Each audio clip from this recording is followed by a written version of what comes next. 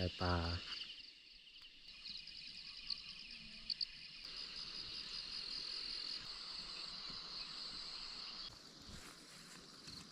โอ้สัตว์ตัวนี้แหละตัวมากินข้าวโพดเฮานี่ม่านคือเก่า นี่แหละ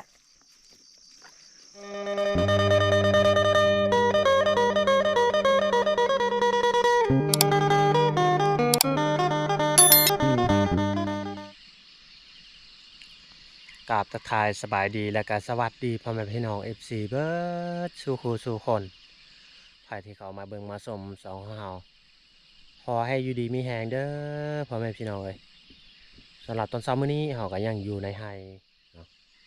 กำลังลุกจากมานอนเนาะสิกะเกี่ยมไปยามเบิ่งอันกับดักที่เฮาใส่ไว้เนาะกับดักนูที่เฮาใส่เมื่อวานนี้น้องบุพาเพิ่นดังไข่ไว้แล้วเมื่อคืนนี่ฝนตกเสียงไก่ปลาคันอยู่กับเขตบ้านเฮาคันว่ามีฝนตกเต็มแต่เมฆหมอกอุ้มฟู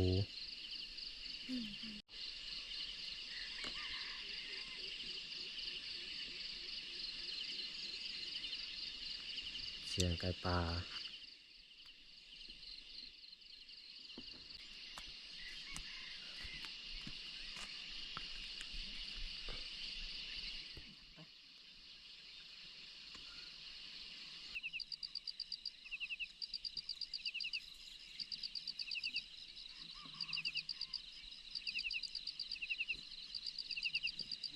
อยู่นี่จะเป็นตะตูบของ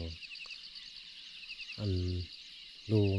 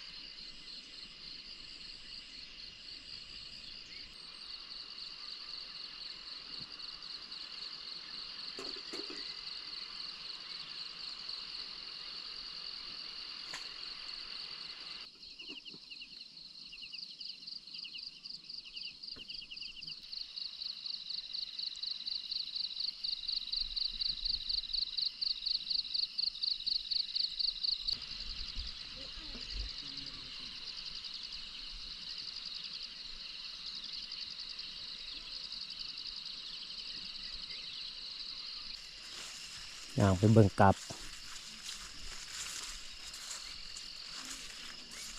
งูแถวนี้มันสลัดมันบ่กินเพราะเมื่อคืนนี่ก็เห็นตัวหนึ่งนี่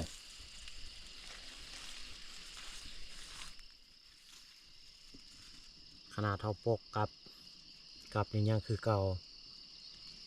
ยังคือเก่าสิย่างไปเบิ่งกับหมองมันกัดต้นกระโพดเอาใส่ไว้เมื่อวานนี่แหละอยู่กับเขตนี้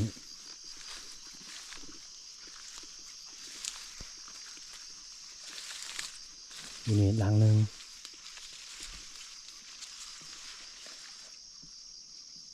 บ่เห็นกับเอ้ยกับทำงานแล้วพี่น้องโอ้ทำงานแล้วฮะตัวนี้แหละโอ้สัตว์ตัวนี้แหละตัวมากินข้าวโพดเฮานี่เห็นบ่พี่น้องเรียบร้อยห่านนี่ ใหญ่สุดตัวโน่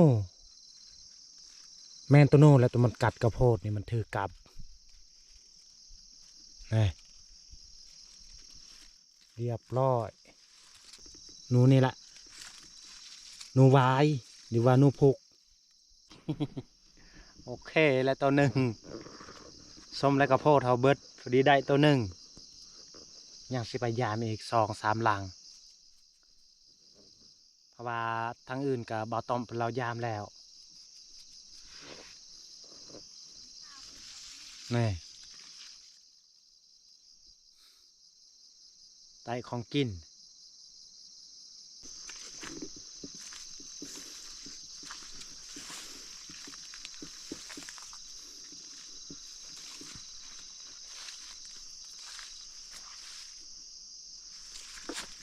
เนี่ยหลังนี้ยังคือเก่า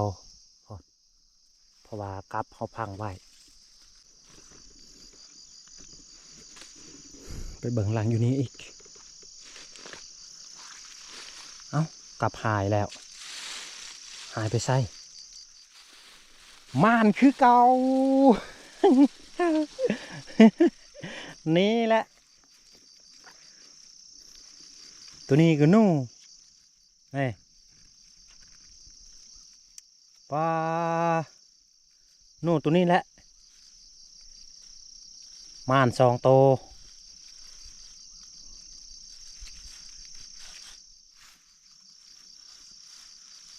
นี่ลูกกับเมียเสียหยาอ้าวลูกอ้าวนู่นนี่มาเอานี่ละม่านคักม่านแน่เลย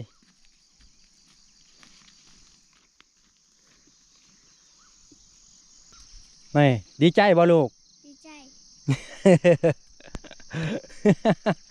มาให้แม่เบิ้ง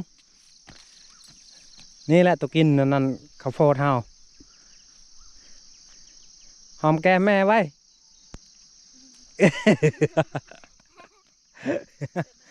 ได้ของกินแล้ววันนี้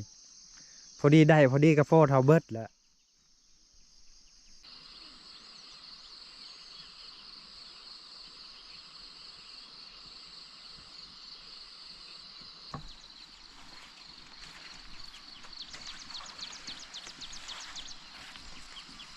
ตอนเช้ามื้อนี้นี่เฮาพาลูกเมียเสียหญ้าหรือว่าคายหญ้าขอบเพ็นนี่แหละ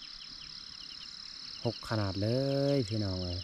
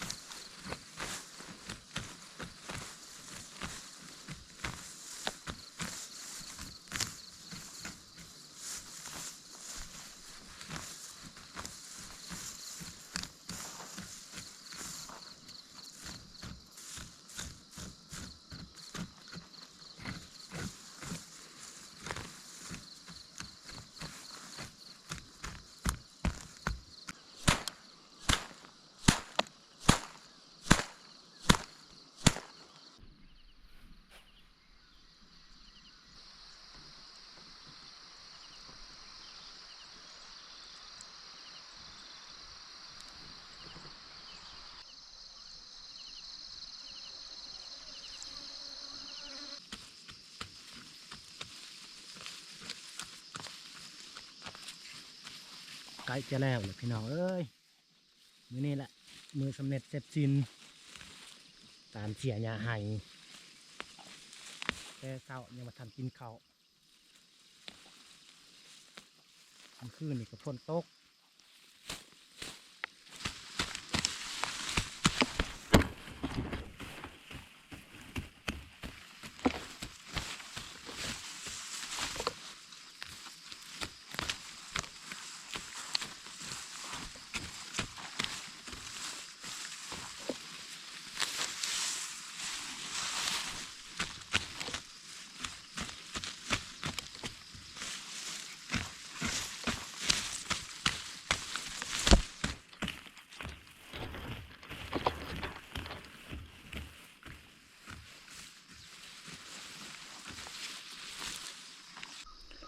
พอดีแล้วเลยสำเร็จพี่น้องเอ้ย6เป็น6ก็ได้หลังจากนี้ก็สีเมื่อแต่งอยู่แต่งกินมือสุดท้ายมือก็สิได้ไปหาอยู่หากินนี่แหละสำเร็จเสียหญ้าให้ดีใจพี่น้องเอ้ยแต่บ่ฮู้ว่าเขาวตัวนี้เฮาสิได้กินหรือบ่หรือว่าได้กินก็บ่ฮู้เพราะว่าอยู่กับเขตบ้านเฮาจะแม่นสัตว์ป่าหลายที่มาทำลายประเภทข้าวประเภทพืชผักที่เราปลูกคือพี่น้องเห็นผ่านมานี่แหละแต่บ่แน่ใจว่าสิได้เขาจักสอบปีหน้าคันว่าได้3-4 สอบก็มีแห้งเนี่ยยันแต่บ่ได้พ่อแม่สังเกตเบิ่งต้นข้าวนี่งามเห็นเดือน7เดือน8นี่นะงามกว่านี้อีกแต่เวลาอยู่บ้านเฮาเวลาบัดมันเก็บเกี่ยวพุ่นบ่ค่อยได้เขาอยู่บ้านเฮานี่บ่เพ้อเฮาสิได้เกี่ยวนี่การเสียหญ้านี่บ่ต่ำเลย5 วิกหรือว่า5 เทื่อ5 รอบเนาะเดือน7เดือน8เดือน9ได้เสียคู่เดือนจังว่าบ่เพ้อเฮาสิได้กินจนมันสุกนี่อีกประมาณ3 รอบ4 รอบนี่แหละจังค่อย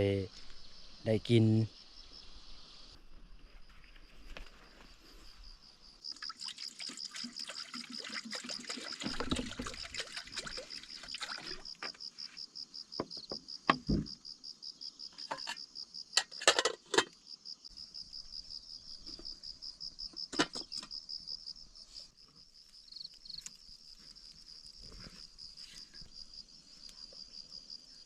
เฮาสิเฮ็ดอาหารการกินก็คือตัวนี้แหละ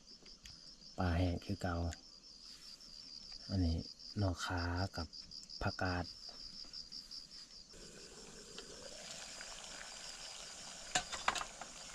น้ำเดือดแล้ว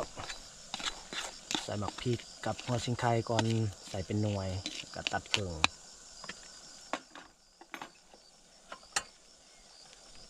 มีเสียงไก่ป่าอีก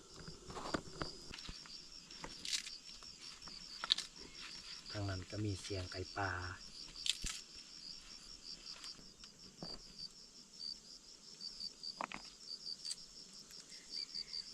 ปลาแห้งคือเก่า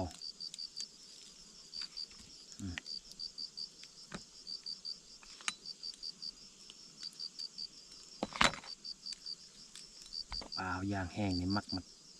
มันมีกลาง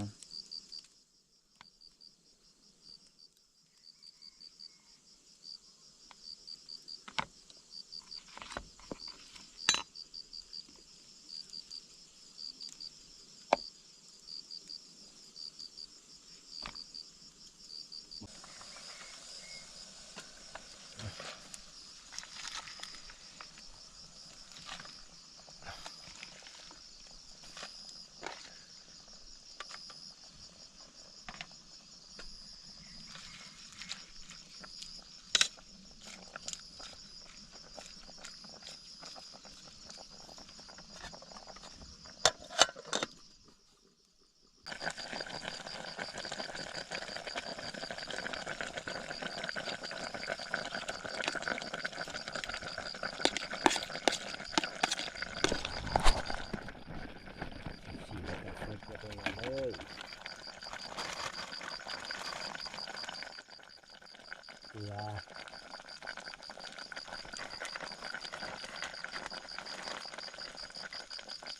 ผง ใส่หน่อยเดียว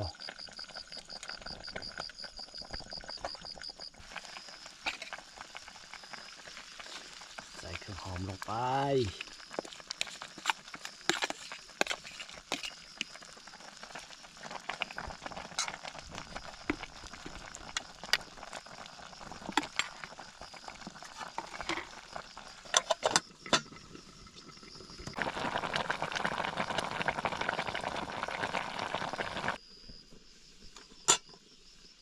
ว้าวฮอนบะ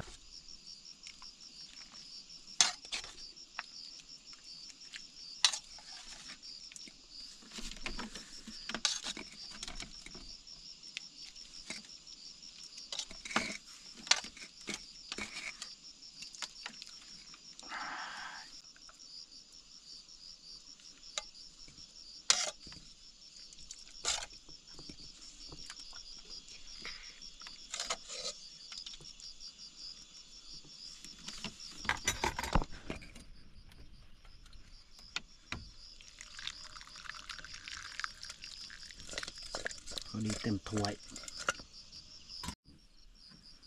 ประมาณนี้แหละอาหารการกินข้าวเหนียวมาพ่อแม่พี่น้องกินข้าวเช้าพอดีช่วง9 โมง 10 โมงนี่แหละแต่ว่าตอนเช้าเขาก็ออกเสียหญ้ามาพ่อแม่เอ้ยกินแกงผักคือเก่าสูตรเก่าสูตรเดิม ช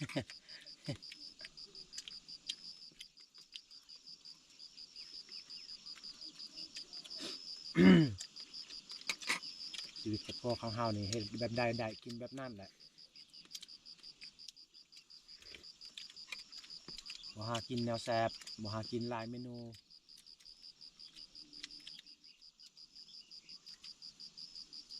ปู่ย่าของเฮาพ่อแม่ก็เคยกินแบบนี้แหละ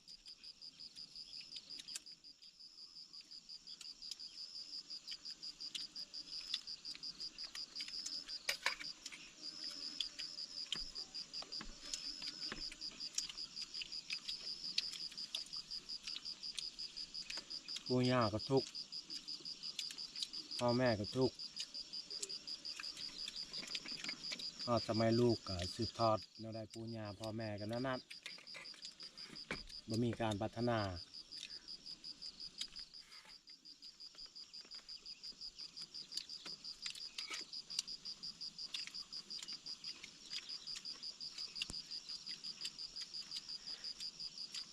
สมัยพ่อก็เป็นสาวไฮสมัยลูกก็เป็นสาวไฮ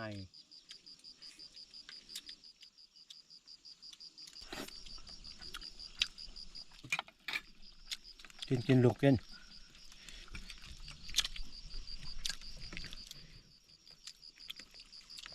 น้องตาเนี่วังเสาร์บ่ลงเวียกเพิ่นนอนยังบ่ทันตื่น ฝนว่าหนาวอีกอย่างตอนเข้ามันเปียกเลยอีกอย่างออกเปียกเลย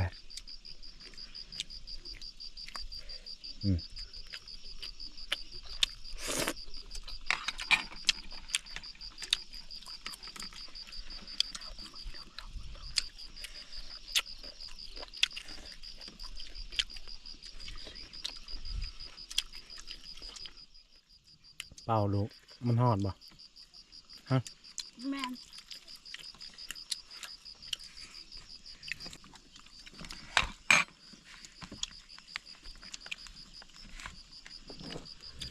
เพราะ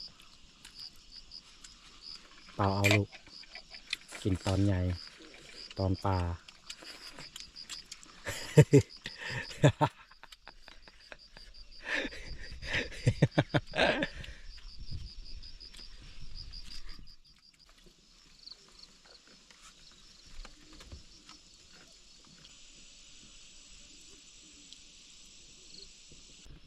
เอาพ่อแม่พี่น้องไปที่เขามาเบิ่งมาชมซองของเฮาแต่ต้นจนจบเนาะสำหรับคลิปนี้ก็สิจบลงอยู่นี่เลยเนาะจะได้ก็ขอบอกขอบใจพ่อแม่พี่น้อง FC ทุกคนจงอยู่ดีมีแห้งจงมีสุขภาพแข็งแรงเฮ็ดได้หยังก็ขอให้เจริญก้าวหน้า ปรารถนาสิ่งใดก็ขอให้สมหวังทุกประการ ขอขอบใจหลายๆ